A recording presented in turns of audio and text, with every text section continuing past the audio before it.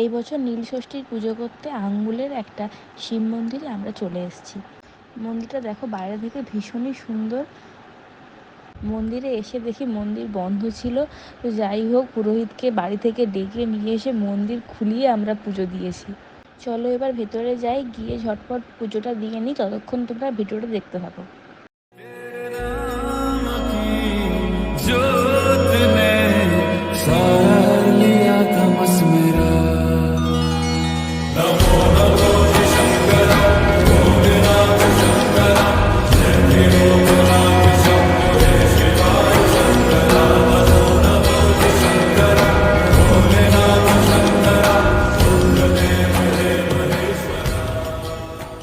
যেহেতু মন্দির একদম খালি ছিল, আমরাই ছিলাম শুধুমাত্র, খুব ভালো করে শান্তি করে পুজোটা দিতে পেরেছি।